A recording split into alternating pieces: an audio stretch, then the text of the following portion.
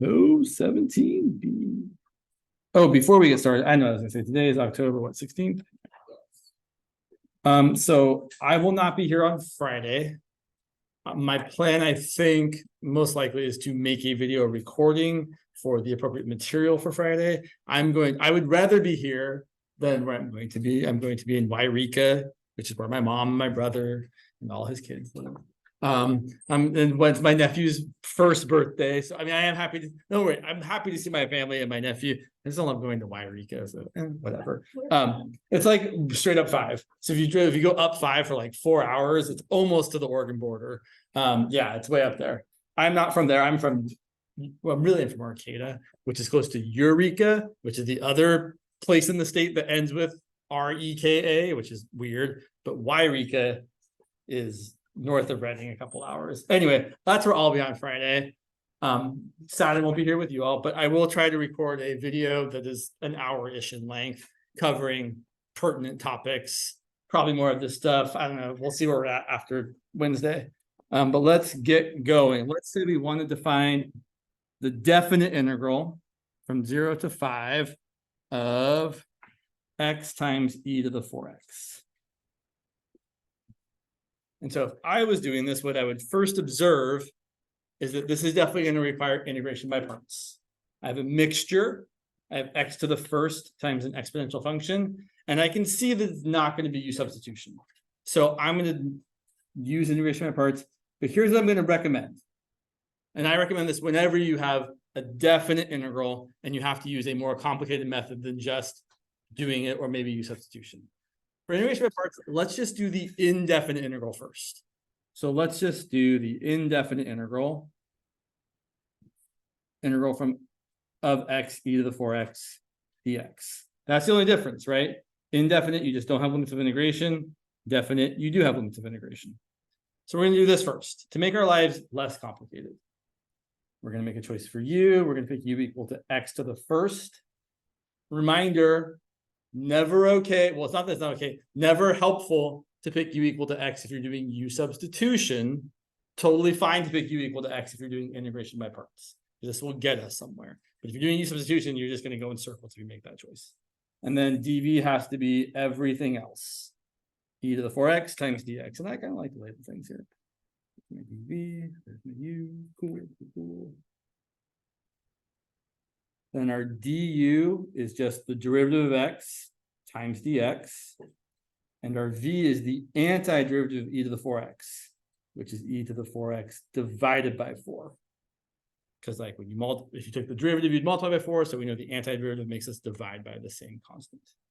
So now our indefinite integral of x e to the 4x dx is equal to ultraviolet super voodoo. U times v, x times e to the 4x over 4, minus the integral of v du, e to the 4x divided by 4 dx. We could bring the 1/4 out in front here, or we could just imagine we were doing it and say we're going to get x times, bless you, e to the 4x over 4 minus, I'm pulling the 1/4 out. I don't want to write it again, so I'm just going to say to myself, okay, the integral of e to the 4x, I already did that. That's going to be e to the 4x divided by 4 again. Normally, if I was actually doing, if the question was just the indefinite integral, I would slap on a plus c and call it a day. But since I really asked about the definite integral, I'm not even going to bother writing the plus c. And now I'm going to go back and say, okay, great. This here, this x e to the 4x minus e to the 4x over 16, that's the antiderivative of x e to the 4x. So now if I'm trying to find the definite integral from 0 to 5 of x e to the 4x, well, the way we usually find a definite integral is we anti-differentiate, which is just all that right there, and then we plug in the limits of integration. So I'm going to write, and I'd probably write it as 1/4 times x e to the 4x minus 1/16 times e to the 4x to be, I don't know, simpler, evaluated from 0 to 5. So in my opinion, this is kind of the better way to do a definite integral when you've got multiple pieces going on. find the antiderivative / indefinite integral off on your own, and then come back to the definite integrals and be like, oh yeah, I know the antiderivative of this is that, and now I'm just going to plug in the endpoints. And then it's going to be not pretty. It's going to be 1/4 times 5 times e to the 4 times 5 minus 1/16 e to the 4 times 5. Ugh, who picked these numbers? Minus, if I plug in 0, now be careful when you plug in 0. I'm going to get 1/4 times 0 times e to the 0, which is 0, minus 1/16 times e to the 0, which is 1. And I probably wouldn't bother making it look any nicer than that. I mean, you could. It would be 5/4 times e to the 20th minus 1/16 times e to the 20th plus 1/16. And yeah, you could combine that into one other thing, but I don't want to do that. So when you've got something like this, instead of writing out like the limits of integration and a bunch of steps, do it this way instead. Questions?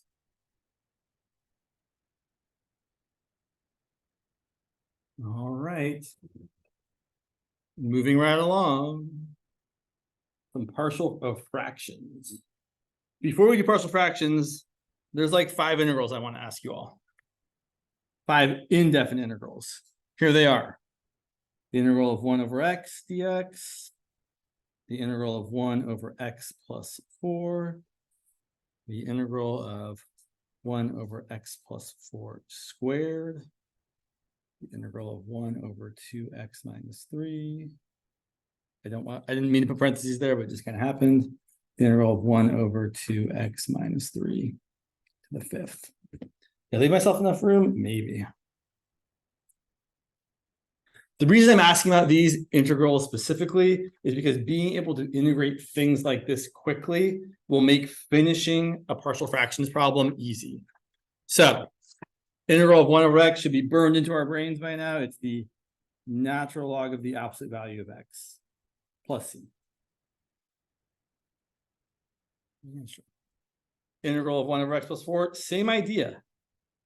It's the natural log of the absolute value of x plus 4 plus c. Let me box these things so it's clear what's happening here. Integral of 1 over x plus 4 squared is a little more work. So here's what I really want you to see about this.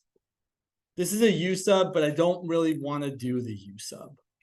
I'm going to rewrite this as the integral of x plus 4 to the negative 2. I am going to do the work this one time, but I want you to see how unnecessary it is. So I'm going to let u equal x plus 4. And everyone can now tell me that my du is what? 1 times. Thank you so much. All right. So then I'm really just rewriting this as the integral of u to the negative 2nd times du. And we know how to anti-differentiate u to the negative 2nd. It's u to the negative 1st divided by negative 1. Which then we plug back in x plus 4 and we get x plus 4 to the negative 1st divided by negative 1. And you can leave it like this. My preference, honestly, is to write it as negative 1 over x plus 4, because you can bring the negative 1 out in front, and then you've got an x plus 4 on the bottom. But either way, the point is, essentially, you've got something to the negative 2, and when you anti-differentiate it, you get that same something to the negative 1 divided by negative 1. These two over here are slightly more complicated. Here, if I integrate 1 over 2x minus 3, I almost get the natural log of the absolute value of 2x minus 3. But I'm off. I'm off by a factor of 2. Because if you took the derivative of the natural log of this stuff, you would get 1 over the stuff, which is exactly what I have here, but then you'd have to multiply by 2 because of the chain rule. So what I need here to fix this is a 1/2 out in front. The antiderivative of 1 over 2x minus 3 is 1/2 times the natural log of the absolute value of 2x minus 3. And you can check that by taking the derivative. The derivative of the natural log of 2x minus 3 is 1 over 2x minus 3 times 2, and so the 1/2 times the 2 cancels out. And then the same, oops, I forgot the dx over here. The same sort of thing is true here. I'm going to rewrite this just a little bit, but then we're all going to do it without doing the u substitution. So this is the same as the integral of 2x minus 3 to the negative 5th. here's what I know is going to happen. I know that when I anti-differentiate this, at some point, I'm going to have to divide by 2 because I know that this 2x minus 3 on the inside here means that if I took the derivative later on, I'd have to use the chain rule and multiply by 2. So I have to counteract that. I know I'm going to need a 1/2. And then I'm really just going to use the anti-power rule. I've got some u to the -5th. My antiderivative is going to be that same u to the -4th divided by -4. Right, -5 plus 1, yeah, -4. Again, I should mention, this is really another example of one of those mini u substitutions where we could have done u equals 2x minus 3, du is 2 dx, 1/2 times du is equal to dx, and that would have been the integral of u to the -5th times 1/2 du, and then we exactly would have gotten u to the -4th divided by -4 times 1/2. Question? So if it was 3x minus 3, would be times 1/3. Exactly. And not because of the -3, but because of the 3 times x. So I'm going to ask you all to do one real quickly on your own here. I want everybody to try to integrate these two things. First, the integral of 1 over 5x plus 2 dx. And then after that, the integral of 1 over 4x minus 7 to the 9th power. Try both of those emphasized, and then I think we're ready for some partial fractions. Sure, that will be fine.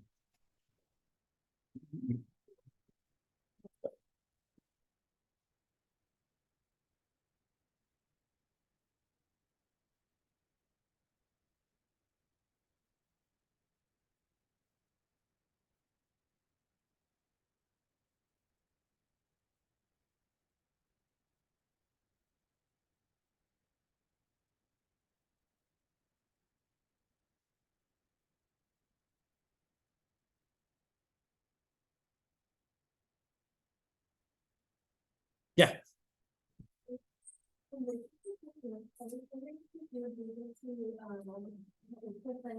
Yeah, it's for sure on my radar. In fact, somewhere on my computer here, I've got like all the midterm, because I know that someone has one like next Monday, I think.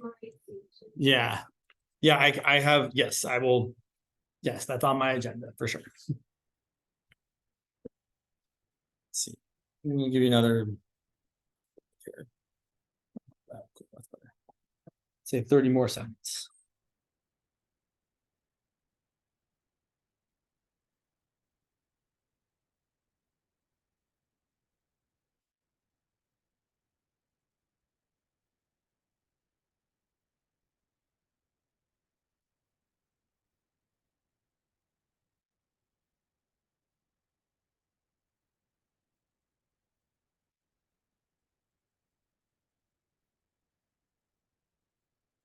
All right, so for this first one, we should be getting something times the natural log of the absolute value of 5x plus 2.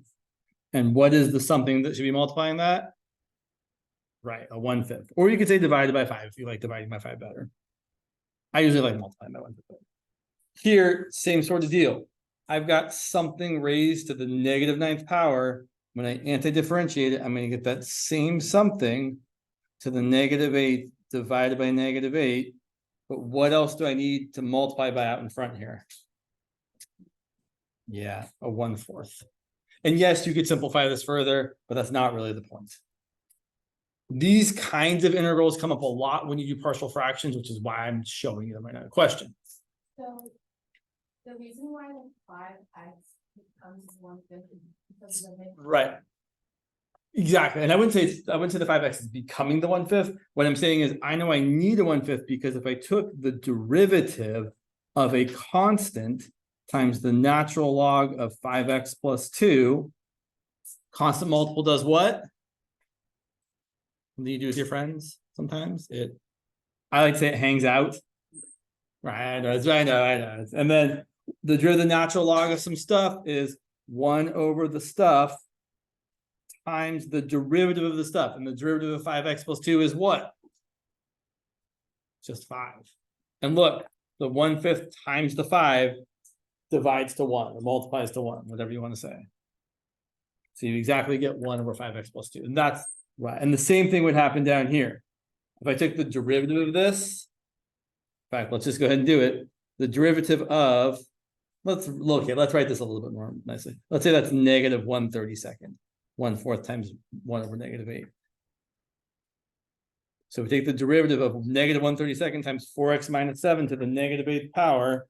We're going to get the negative 1/32 hanging out times a negative 8 times 4x minus 7 to the negative 8 minus 1 times the derivative of the inside, which is 4. And the 4 times negative 8 is negative 32. And negative 32 times negative 1 over 32 is, not surprisingly, 1. So you end up with a 1 times your 4x minus 7 to the negative 9th, which is exactly the function we were integrating in the first place. So that's why we need that 1/4 to show up, or that 1/5 to show up, so that if you were to take the derivative, you would actually get back to the right multiple of the function you started with. But yes, it's a mini U substitution. Question? No. Okay. All right. So as it looked like okay. So now finally some partial fractions. Now let's look at something like this. The indefinite integral of 2x plus 10 over x squared plus 6x plus 8. And so what I would say is, I typically think of partial fractions as a method of later resort, meaning if you can do anything else first, try something else. And actually, I should address this more generally. The thing that's hard about anti-differentiation or integration, it is not always super obvious what you're supposed to do. That is what makes this challenging, is you can look at an integral and be like, maybe it's a U substitution. Maybe it's integration by parts. Maybe it's partial fractions. Maybe it's a weird U sub with a back sub. And the problem is there isn't like a definitive do this every time. There are kind of guidelines about like, well, if you see something like this, try this. But really, it takes a lot of practice and experience to be like, well, if I look at this, I think I might try this. And if I look at this, before I even thought about partial fractions, I would say, well, I'm going to try U substitution. Because it certainly looks like if I let the bottom equal U, maybe the derivative will be the top. If U equals x squared plus 6x plus 8, the derivative is 2x plus 6. I don't exactly have that. And you kind of really need to exactly have it. If you're off by like adding or subtracting a little bit, it's usually not going to work out. So this was a good thing to check, but it's not the right way to go. But that's what I mean, is when you're doing integration, sometimes you have to check stuff and it's not going to work. And then you check something else. And then maybe that doesn't work. And you try a few things until it works. So here, after you've tried all the possible things, and really U substitution was the only thing that might have worked other than what we're about to do. If you've got a rational function where the degree on the bottom is larger than, specifically larger than, not equal to, but larger than the degree on the top, and the denominator factors, then you can use partial fractions. And that works here. The top has a degree of 1, the bottom has a larger degree of 2, and the bottom does factor as x plus 2 times x plus 4. If that is the case, then we can do the partial fraction decomposition. Notice I didn't write the integral, because what I'm about to do is all just algebra. And then we're going to go back and do the integral at the end. So what we're going to say here is this fraction with a complicated denominator, we could write as the sum of fractions that each have less complicated denominators. A over x plus 2 plus b over x plus 4. Where a and b are constants that we have to figure out. The usual way people deal with this is they multiply both sides by the common denominator. So I would encourage you to remember this, because people kind of end up skipping the steps some of the times and then forgetting what they're doing. But all we're doing is we're multiplying the right-hand side by, oops, that's a 4, not a 2. I know it looks like a 2, but it's really a 4. Now it's a 4. Multiplying the left-hand side by x plus 2 times x plus 4, and the right-hand side by the same common denominator.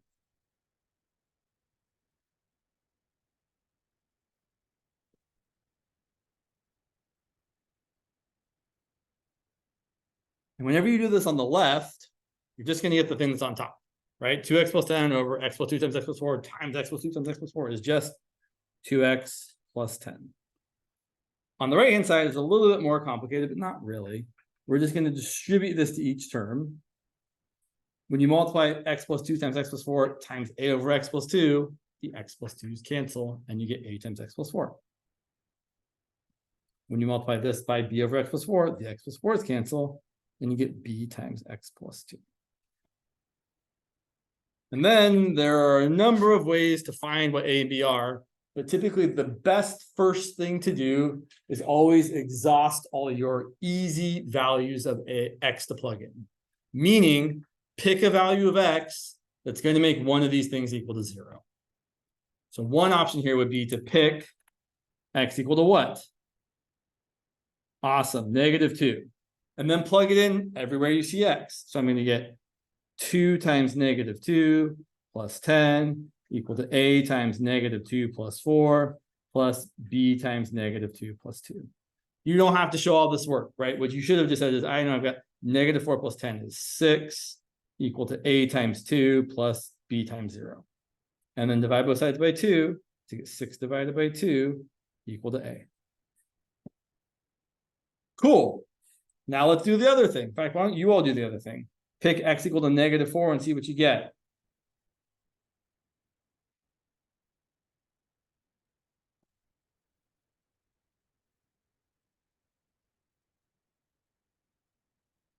I believe you should get b equal to -1.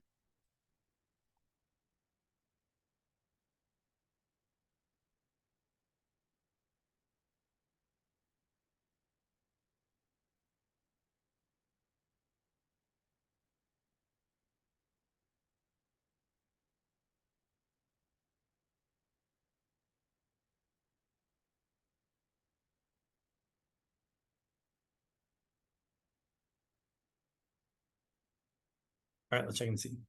So if I plug in -4 for every x, I'm going to get 2 times -4 is -8 plus 10 equal to, I don't really want to write a times 0. Let's just go ahead and say we know that -4 plus 4 is 0 and a times 0 is 0. Then you're going to get b times -4 plus 2 is -2.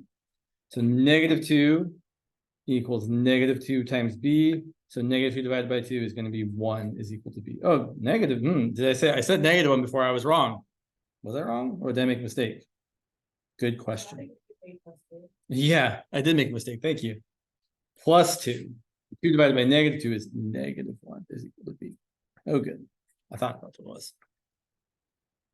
Once you have finished this part of the problem, notice I said this part of the problem, you're not done with the problem, right? The question was find the antiderivative of 2x plus 10 over x squared plus 6x plus 8. So what we've done is we have found a more convenient way to write 2x plus 10 over x squared plus 6x plus 8. It's equal to 3 over x plus 2 plus -1 over x plus 4. Or we should really write it as 3 over x plus 2 minus 1 over x plus 4. So that's the thing we're actually going to find the antiderivative or indefinite integral of. So what we should do now is I would probably do something like this to try to squeeze it in over here. So I have, wow, that looks terrible. So I'm going to say that the integral of 2x plus 10 over x squared plus 6x plus 8 dx is really equal to the integral of this red thing here. The integral of 3 over x plus 2 minus 1 over x plus 4. And that's why we spent time talking about anti-differentiating things like that. The integral of 3 over x plus 2, you should really think of that as 3 times the integral of 1 over x plus 2. I don't think you should actually write it out. I just think you should think of it that way and think, oh yeah, I know that the integral of 1 over x plus 2 is going to be the natural log of the absolute value of x plus 2. And then the 3 hangs out in front. Minus the integral of 1 over x plus 4 is the natural log of the absolute value of x plus 4. Plus c. And I would leave it like that. You might occasionally see people try to compress this into like one logarithm. Here, I don't think it makes a lot of sense. Like you could bring this 3 up as the power and then write this as the natural log of x plus 2 cubed over x plus 4 in absolute value, but that doesn't seem like a necessary thing to do. But the general idea for partial fractions is take your thing that we didn't know how to integrate, factor the bottom, and then split up all the bottom factors into their own fractions. Let's look at one that's a little bit more complicated because there's an extra piece that can get added in sometimes. Unless there's any questions about this one. Okay. So let's look at the next example I have. Is that really what I had? Let's not do that. Let's go over here. Let's look at something like this. The integral of 4x minus 1 over x cubed minus 6x squared plus 9x.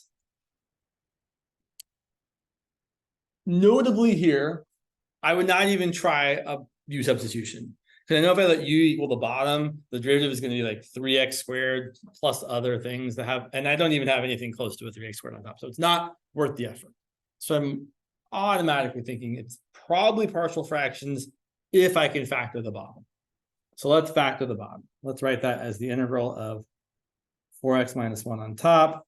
And I can factor out an x. I'm left with x squared minus 6x plus 9. And we should fully factor the bottom. So I really should have done this without the integral, but oh well, I didn't. X squared minus 6x plus 9 factors as x minus 3 times x minus 3, which we really should write as x minus 3 squared. So what we have here is a little bit more challenging. We have a fraction with a repeated linear factor. X minus 3 is a linear factor, right? Like if you graphed y equals x minus 3, that would be a line, but it's a repeated factor because it's raised to a power higher than 1. So when you have a repeated linear factor, that's a repeated linear factor, you have to write that highest power of it and every lesser power down to 1. So when I write the partial fraction decomposition here, I'm going to write 4x minus 1 over x times x minus 3 squared. I'm going to write it as a over x to the first, and then I'm going to have a b over x minus 3 squared, and then a c over the lesser power x minus 3 to the first. And if I had, right, if this had been like an x minus 3 to the fifth, I would have had x minus 3 to the fifth and every lower power down to 1. X minus 3 to the fourth, x minus 3 to the third, x minus 3 squared, x minus 3 to the first. Usually you won't hopefully encounter that, but if someone might just ask you to write like a partial fraction decomposition. Yeah, I see a raised hand. You can go ahead. Hi, I was wondering, why is it x minus 3 squared and another x minus 3? Why aren't we just doing x minus 3 times x minus 3? So I will say x minus 3 squared is x minus 3 times x minus 3. But we need this last term here. And the kind of disappointing answer is because it doesn't work if we don't do it that way. But let me actually show you. So let me grab a piece of paper over here. So let's say we did the partial fraction. Oh my gosh, can I get a piece of paper? Maybe. So let's say instead, I just tried to do it as 4x minus 1 over x times x minus 3 squared equal to a over x plus b over x minus 3 squared. You're not wrong to think, well, if you add these two together, they would still have that same common denominator, right? I'd have to multiply this by x minus 3 squared over x minus 3 squared, and this by x over x. The problem is, and well, actually, let's just see what the problem is going to be. So if I try multiplying both sides by the common denominator, I get 4x minus 1 on the left. I don't need parentheses, but I'm already started writing them, so it's too late now. And then over here, I'm going to get, I should actually write it out. So I'm multiplying by x times x minus 3 squared. Same deal over here. So when I distribute this, the x's cancel for the first term, and you get a times x minus 3 squared. And when you distribute this, you get b times x. So now, if we let x equal, let's say 0, I'm going to get -1 on the left, and a times 0 minus 3 squared plus 0. So I'm going to get negative 1 equal to 9a. I'm going to get a equal to negative 1/9. And now, if I let x equal to 3, I'm going to get 4 times 3 minus 1, which is 11, equal to a times 0 plus b times 3. So I end up getting b equal to 11/3. And that might feel like nothing's gone wrong, but I will assure you this is very wrong. Let's see why. So if we look back here, what I'm saying is 4x minus 1 is equal to a times x minus 3 squared plus b times x. Let's multiply out this part here. So I've got x minus 3 times x minus 3 is x squared minus 6x plus 9 plus 11/3 x. If I distribute the negative 1/9, I've got negative 1/9 x squared minus 1/9 times minus 6 is positive 6/9 x plus negative 1/9 times 9 is negative 1. And 11/3 is 33/9 x. Finally, if I simplify this all the way down, I've got 4x minus 1 is equal to negative 1/9 x squared, 6/9 plus. How is this supposed to be the right thing here? And I feel like I made a. Sorry, my brain is not braining quite right here. I feel like I made a mistake somewhere that's not good at showing my point. I'm sorry. Let me check something real quick here. 0. That's right. Oh. No, that's right.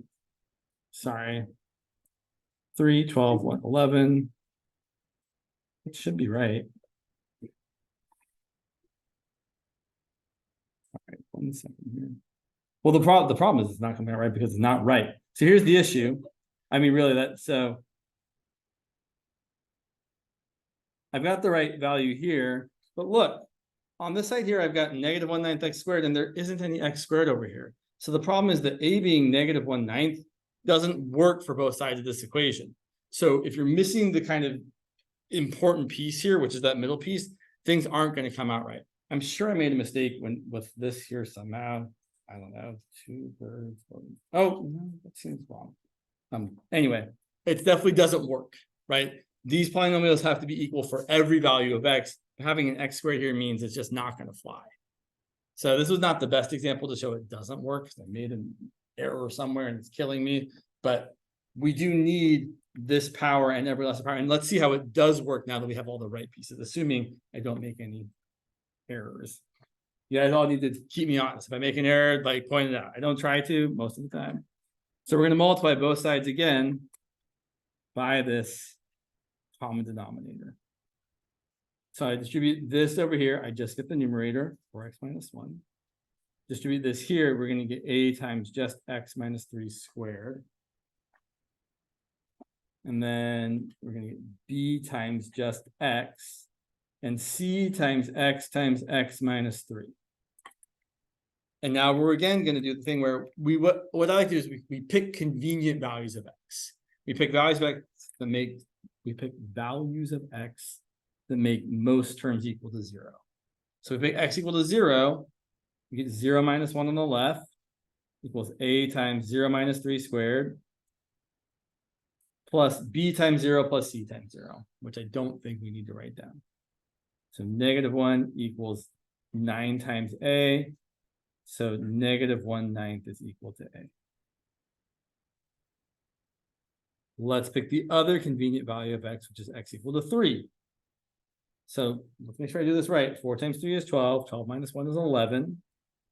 And then you get a times 0 plus b times 3 plus c times 3 times 0. Or 11 equals 3b. And then you've got b equal to 11 divided by 3. All right. Oh, I see. I see why that. Yeah, that's why I wasn't working before. Okay, it makes sense to me now. I get it. So now here's where we're at a juncture. You can make a couple different choices. If there's only one thing left to find, and what do we still have to find? See, there's only one thing left to find. You can just pick x equal to one other value. It's still not my favorite. Let me show you what I mean. I'm going to pick x equal to 1 is usually a good choice. So if I let x equal 1, I'm gonna have 4 times 1 minus 1, so 3 on the left. I'm gonna plug in my known values of A and B as well. So I'm gonna have -1/9 times 1 minus 3 squared plus 11/3 times 1, plus I'm trying to find C times 1 times 1 minus 3. It's not pretty. It's not the worst thing I've ever seen. 1 minus 3 is -2 squared is +4. 4 times -1/9 is -4/9. 11/3, if I multiply that by 3/3, is 33/9. And C times 1 times -2 is -2C. So then if I add those to the other side here, 3 is really 27. See, this is awful. It's not that bad, but I don't like it. So 27/9 plus 4/9 minus 33/9 is equal to -2C.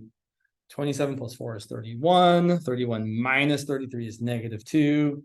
So -2/9 is equal to -2 times C. And if you divide both sides by -2 or multiply both sides by -1/2, you get 1/9 equal to C. Not my favorite. Let me show you what I think is a better, faster way. So once you get to the place where you've used up all of your nice values of X, whether or not you have one thing left or two things left to find, another way you can attack this is a method called equating coefficients. So the thing that is supposed to be true about this equation is it's supposed to be true for any value of X. But really you're just saying this polynomial on the left-hand side is equal to this polynomial on the right-hand side. And for polynomials to equal each other, all of the powers of X have to have the same coefficients. So if I were to multiply out the right-hand side, I wouldn't normally, but let's show our work here.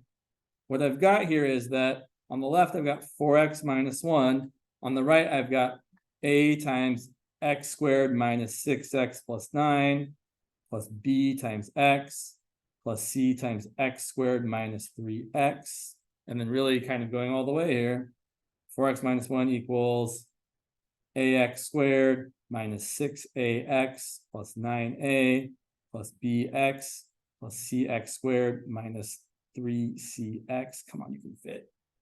And then finally, grouping all the things that have the same powers together. On the left, I have 4x minus 1. On the right, I have a plus c times x squared.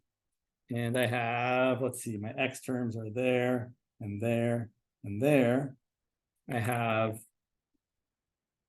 a -6a plus b minus 3c times x. I'm doing way more work for this than I normally would need to. And finally, my constant term is 9a. So now we can equate coefficients. So let me ask everybody. How much x squared do I have on the left? None. So I know that for x squared, the coefficient on the left has to equal the coefficient on the right. Or in other words, 0 has to equal a plus c. Or in other words, c has to equal -a. And since I already know that a is equal to -1/9, c is equal to -1/9, which is +1/9. That's what we found right there. In my mind, this is, so normally what I would do instead of multiplying this all the way out is I would say, oh, look, if you multiply this out, you would have a times x squared and other stuff. If you multiply this out, you'd have c times x squared and other stuff. And the a plus the c has to add up to 0. It's always best to start off with the highest power of x you see. If you do this, you can usually find the one last missing thing without having to plug in 1 and get all this fractional stuff here, which is kind of terrible. Either way is totally fine, but I find this to be a little bit more efficient.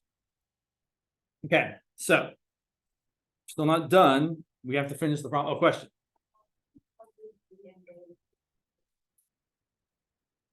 That's what we did this first time. So I plugged in B and A and then also plugged in x equal to 1 to solve for C. Yeah.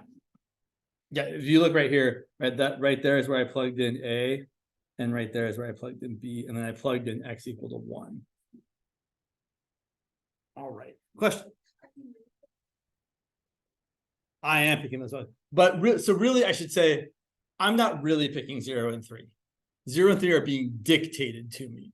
The problem is telling me you should pick 0 because 0 is going to make this term go away and this term go away, and you're just going to be left with this. And you should pick 3 because 3 is going to make that be 0 and that be 0, and you're left with that.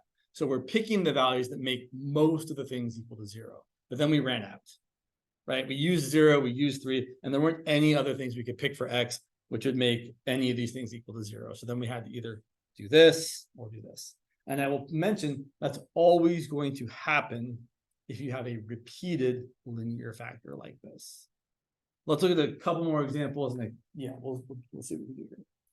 Paper, okay. So where'd you go?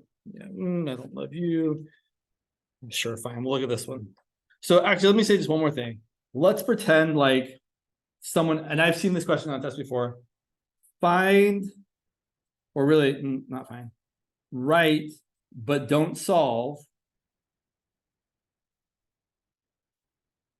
the partial fraction decomposition.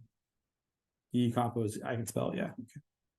For the integral of 3x plus 2 over x cubed times x minus 4 times x plus 1 to the second. We're just going to write it out just to practice what we get. So there are 3 linear factors here. My linear factors are x plus 1 is a linear factor, x minus 4 is a linear factor, and x all on its own is a linear factor. If you like, you can think of it as x minus 0. But it certainly is, right? Y equals x is a straight line, just like y equals x minus 4 is a straight line, just like y equals x plus 1 is a straight line. All those are linear factors. So if I'm going to write up okay. You're going to need 2 hands to answer this. Set down your pencil for a second. Show me on your fingers how many pieces or fractions are going to be in my partial fraction decomposition. And you will need 2 hands.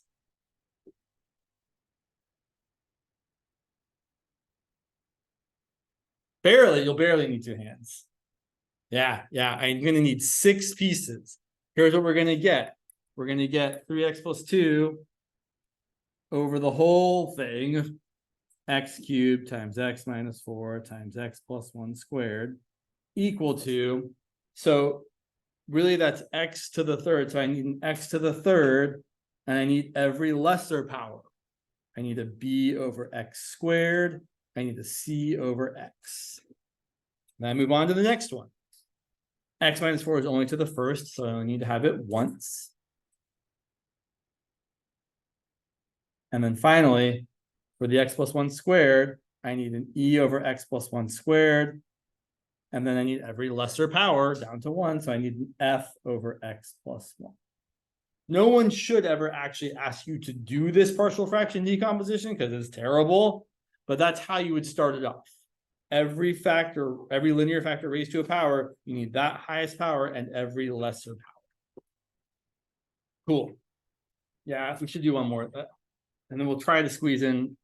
Yeah, I know there's so much to do. Okay, let's look at one more problem here. One more partial fractions problem. Let's say we had this lovely looking integral. The integral of x to the 4th plus 1 over x cubed minus x squared.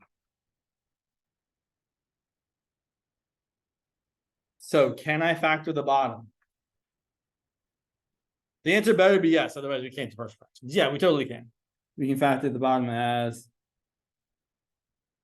x squared times x minus 1. So I know my partial fraction decomposition is going to have 3 pieces. It's going to have an a over x squared, a b over x, and a c over x minus 1. And before I can do any of that, I better stop myself because I haven't met one of the 2 criteria, which is that the degree on top has to be strictly smaller than the degree on the bottom. So before I can do any of this partial fraction nonsense, I have to do everyone's favorite, which is polynomial division. We have to divide the top by the bottom. I know nobody likes it, but we have to do it. So the top, sorry, I said the top, I wrote the bottom. The top with the middle things filled in x to the fourth plus 0x cubed plus 0x squared plus 0x plus 1 divided by the bottom. X cubed minus x squared. It's not as bad as it looks. So here's the question that's going to sound kind of silly. What do you multiply by x cubed to get x to the fourth? X. Great, we're almost done. X times x cubed is x to the fourth. X times negative x squared is negative x cubed. Divide, subtract. X to the fourth minus x to the fourth is 0. 0x cubed minus x cubed is x cubed. Bring down the next thing, which is 0x squared. What do you multiply by x cubed? You get x cubed. 1. 1 times x cubed is x cubed. 1 times negative x squared is negative x squared. Subtract. X cubed minus x cubed is 0. 0x squared minus x squared is x squared. We're done with the division because now the thing we're left with has a smaller degree than the thing we're dividing by. It's kind of like when your remainder is smaller than your divisor. You stop, right? Or I mean, you might continue with decimals, but like you stop if you're trying to find an integer. So we can rewrite this integral as the integral of the quotient x plus 1 plus the remainder, which is x squared plus 1 divided by the divisor, which is x cubed minus x squared. And you know how to integrate x plus 1. That's going to be x squared over 2 plus x. And then for this part here, that's where we're going to have to, well, actually, that's where you should check to make sure you can't do a u sub. Sometimes people do sneaky things where they make it so it comes out perfectly over here. Like the top could have been like, if the top was 3x squared minus 2x, like, oh, that's a u sub, not an integration, not a partial fractions. But here, we don't get that. So we're stuck doing partial fractions. Yeah.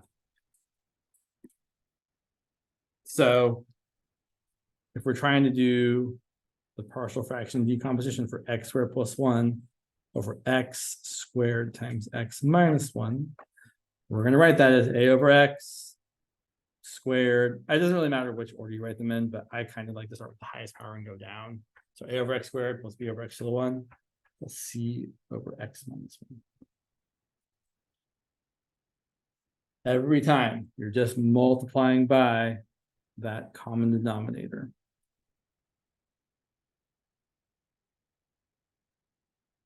I distribute. On the left, I just get x squared plus 1. On the right, when I multiply this by a, the x squareds cancel. I get a times x minus 1. When I multiply this by b over x, one of the x's cancel, and I get b times x minus 1. When I multiply it here, the x minus 1's cancel. I get c times x squared. All right, it's not as bad as it looks. Just take some practice. So everybody should be able to think about really quickly here, what two numbers are the nice numbers that we're going to pick for x to make everything or almost everything go away. I will point out, because it is true, that there are always the values of x that make one of these fractions undefined. X equals 0 makes these undefined. X equals 1 makes that undefined. Those are actually the number, how you pick the numbers if you want to pick them that way. So picking x equal to 0, I get 1 on the left equal to a times negative 1 plus 0 plus 0. So a is 1 divided by negative 1, which is negative 1. Picking x equal to 1, I get 1 plus 1 on the left equal to 0 plus c times 1. So I get c equal to 2. And now I'm going to be crafty, in my opinion, smart. I'm going to equate coefficients, and I'm going to look at the highest power of x that I get on either side, which is what? I think it's x squared. Sometimes you have to look if you multiply this out, would you get a higher power? No, I wouldn't. Okay, so x squared. So on the left-hand side, I have a 1x squared. On the right-hand side, I don't have an a times x squared. So I multiply this out, I get a times x minus a. I would have a b times x squared because b times x is b times x squared. And I would have a c times x squared. So this tells me that 1 has to equal b plus c. And since I know that c is equal to 2, 1 is equal to b plus 2, which means b is equal to negative 1. Great. So now we can go back and say, all right, our answer, which is, let me go back up here for a second. Right, we're trying to find that. Sorry, there's too much. Right, we were trying to do this, so now we're going to get x squared over 2 plus x plus the integral. Instead of x squared plus 1 over x cubed minus x squared, we're going to do a over x squared plus b over x plus c over x minus 1. So it's going to be -1 over x squared plus b, which is -1 over x plus c over x minus 1. And then I would probably do a little bit of rewriting, and not much really. This is going to be x squared over 2 plus x. The integral of -1 over x squared is really the integral of -x to the -2, which is going to give me a -x to the -1 divided by -1. Minus the integral of 1 over x is the natural log of the absolute value of x. 2 times 1 over x, the integral is 2 times the natural log of the absolute value of x minus 1. Sorry, I think I said the wrong thing. The integral of 2 over x minus 1 is 2 times the natural log of x minus 1 in absolute value. Yeah, you can make that look a little bit nicer, but like especially this part here, you can write this as x squared over 2 plus x plus 1 over x minus natural log of x minus 1 plus 2. Oh, sorry. Wow, my eyes are killing me here. That's a natural log of x, not x minus 1. That feels terrible. Sorry about that. I was trying to make it look nicer and I failed. Okay. Partial fractions. I would again emphasize they are a method of later resort, meaning you should try other stuff first. I have less than a minute left, but I will just say, since we can't do it this time, next time we'll talk about improper integrals. And what I'll say about improper integrals is really you're just dealing with this part first. So I'm going to rewrite this as the limit as b goes to infinity of the integral from 0 to b of e to the -2x dx. And then after that, I'm kind of just going to ignore all of this. I'm still going to write it, but I'm just going to treat the integral like I usually would. I'm going to write this as the limit as b goes to infinity. And then I know how to anti-differentiate e to the -2x. It's e to the -2x divided by -2 from 0 to b. And then you're going to plug in your limits of integration, just like you usually would for a definite integral.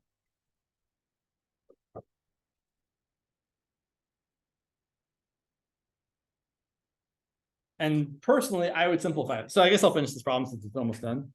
So you get the limit as b goes to infinity. This is actually where it's important. I would write this as -1 over 2e to the positive 2b minus the minus is plus 1 over 2.